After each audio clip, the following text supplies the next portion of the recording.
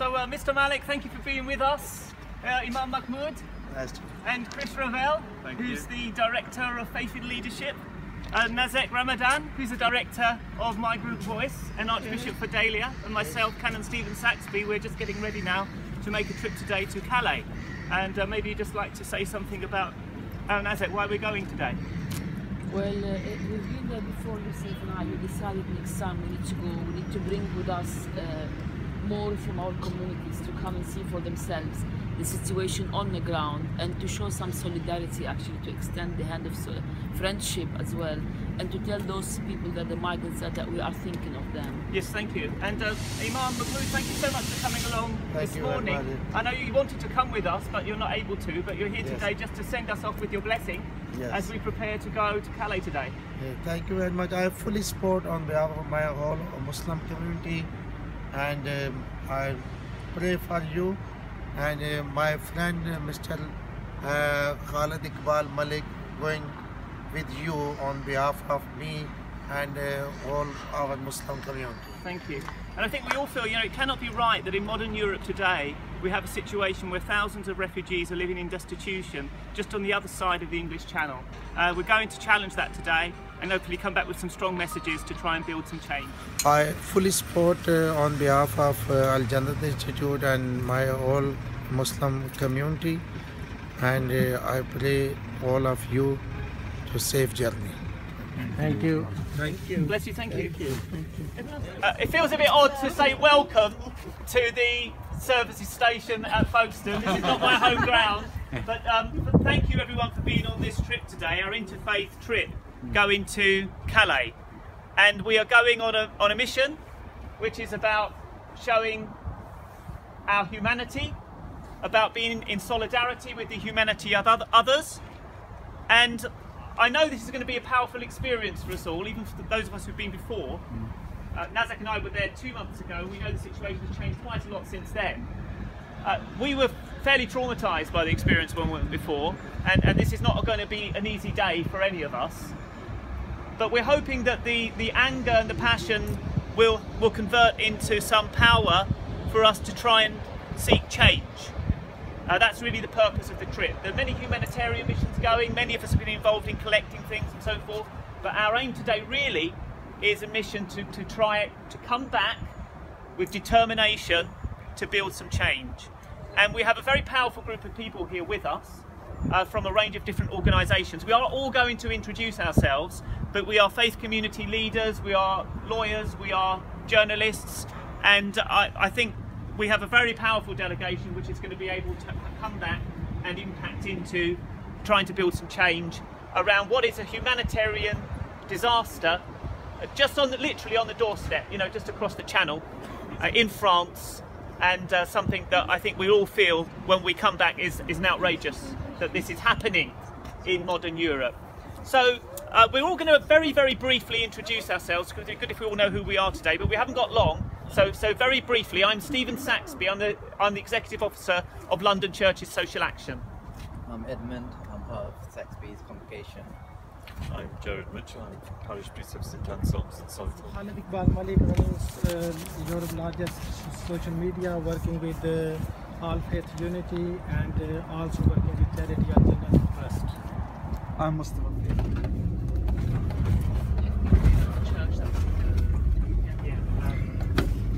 Was how do we allay the genuine fears of the ordinary people who we talk to all the time, who are petrified that hundreds and thousands, if not millions of people are going to flood into the UK, as they use the term, because they're in search of a better life.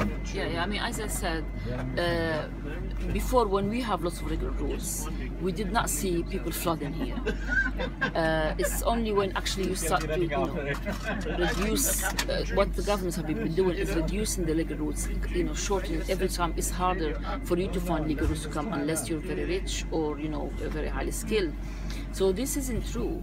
And what's wrong with moving, going out for a better life? I mean, UK itself is amongst one of the top 10 countries, 10 sending countries in the world. There are 5 million rich people who are working abroad for this same reason, for better life, better jobs, better salaries. So it's a two-way process, and what's wrong with that? No, there's nothing wrong with that, but the problem is we don't hear about it, do we? Nobody talks about that because we're fed a narrative that people want us to hear in order to justify the status quo.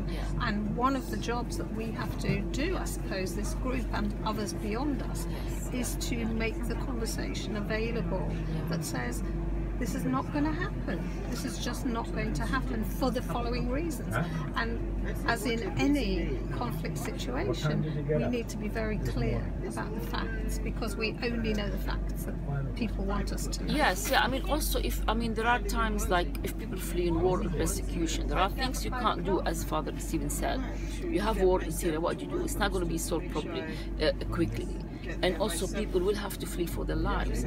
So you have to deal with the humanitarian situation. These things happen around the world, and we as a human have a moral duty, responsibility towards our fellow human beings, because this could be us. The war could be in our country, and we wanted to flee to another country for safety.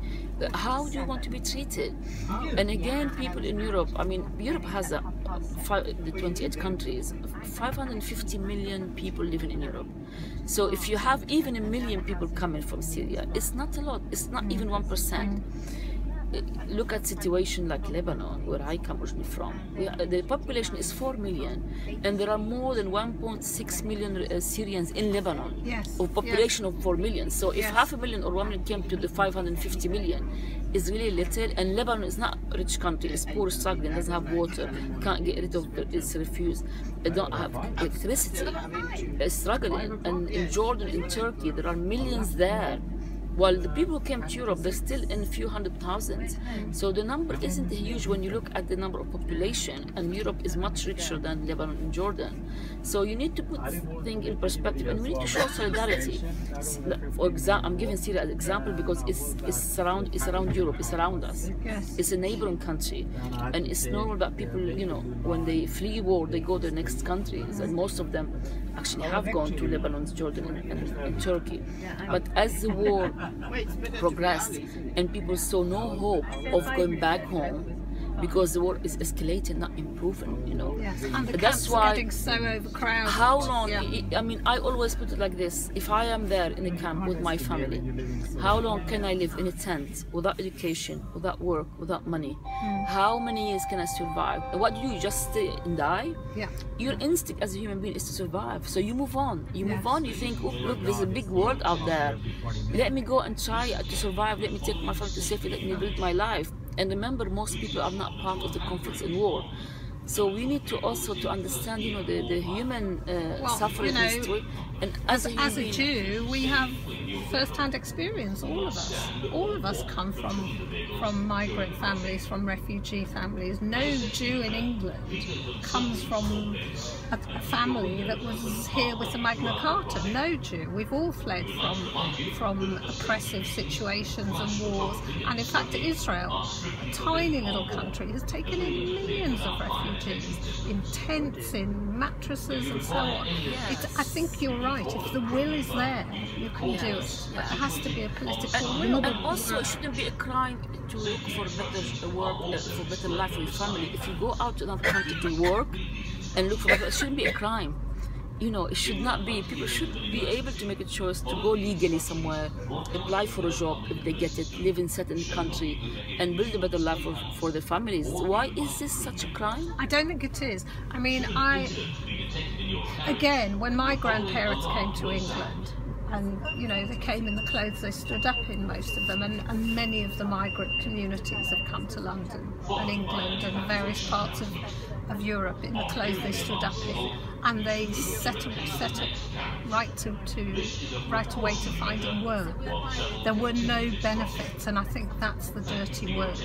People are petrified that someone's going to take my benefits, my my schools, my doctors, my housing. People are going to leapfrog me, and we need to deal with that. People are really afraid, and you can't just dismiss that. We have to find a way of dealing with that and helping people to get over that fear. I mean, again, benefit. I mean, if you look at the UK, the benefit system in the UK is not exactly the Scandinavian model, and it's, you know, if you look at migration, and all the evidence and statistics shows that migrants bring much more. They create jobs, they fill vacant jobs, they fill essential vacant jobs, like in the health sector. Yeah. We need to have them, otherwise, you know, we don't have anyone to look after our health. So this is what we need to bring. They bring more benefit, much more than they take. And if with all this evidence, the politicians, I think the politicians have a big role to play. They are scaremongering. They're using people, you know, for political gains, to gain votes. Yes. They're scaring people. You know, they're not looking at those evidence that actually migration is not fair. They bring more than, and they fill vacant jobs. I'm going to interrupt at this point. I don't think it's got anything to do with the politicians necessarily. It's got more to do with the way that the mass media feeds into it. Yes, because absolutely right. the politicians follow Yes. whatever the media may discuss or may say is something that needs to be discussed in general society. And I think one thing that we have in Britain that we don't necessarily have in other countries is the importance of, well, not the importance, but the role that's played by tabloid media, for instance. And the fact that tabloid media can find easy stories to pick where they say, right, here's a migrant from this country, here's an immigrant from, say, the current boogeyman's being from the Middle East. Here's someone who's come to the UK, this is what this person has done, we should stop all migration whatsoever from the Middle East as a result of that. Or Romania, or... No, indeed, wherever it may be. And once that You know what starts I want to happening, say, yeah, sorry to interrupt you, media is not playing a positive role. They No, did some way, you know, this is called double standard. You know, we live in the same channel. You know, we save birds and, you know, like cat and dogs, that humans are sitting there. What's about you? What's your opinion? Well, I actually wrote to the executive editor of The Times a few weeks ago and said to him, you're supposed to report the news, not create it. And that is one of the problems, that the media, by focusing on one particular aspect of the story, they're making the news themselves. But the media also, to be fair on the media, they reflect the conversation that politicians are saying and what the public is talking about. Some of the media, most of them actually. You talk about some tabloid media who have specific agenda, hidden agenda, some of them have prejudice against certain groups, etc. But a lot of the time, the media reports the conversation that, you know, or what politicians are telling us, and this is where I wouldn't agree with you there. I disagree. So I agree with you. We need to look at the broader picture. Yeah. We need to look at where society is going over the next 5 years. In the next 5 years, we're going to have a referendum talking about our membership of the EU. Yeah. As part of that, immigration has become a massive issue. Now, this is something which has been forced by parties such as UKIP, which has been around for 20 years. They have brought immigration to the forefront of politics.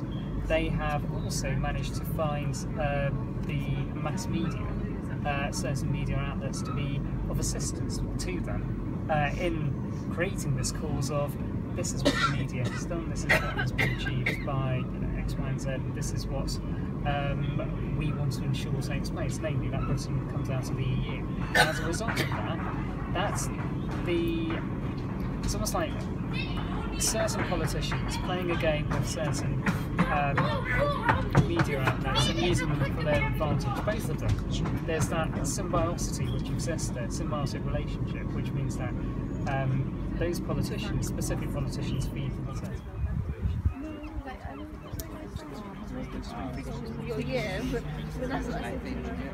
Should I do a video? Do a video. With this. We've arrived in France, Mr. Malik. Thank you for being with us today. As you can see, we're a very diverse group of people here from different faiths: Christian, Muslim, Sikh, Hindu and Jewish. We are also some lawyers and journalists, and we've come here today to go to the camp on Calais, to show compassion, to show solidarity, and to come back and try and seek some change to this humanitarian disaster. Thank you. Okay, so let me try to describe a bit about what we might expect, and then as we can think a bit about how we might want to kind of interact. Calais अभी पहुंचे हैं refugee का camp. Sorry. Spilling. There's not enough room in the main camp, and then the police came and bulldozed everything. They destroyed all of the people's camps that are along here, and they also destroyed some people's papers, photos of their loved ones who died. Everything just went and got destroyed because the police are trying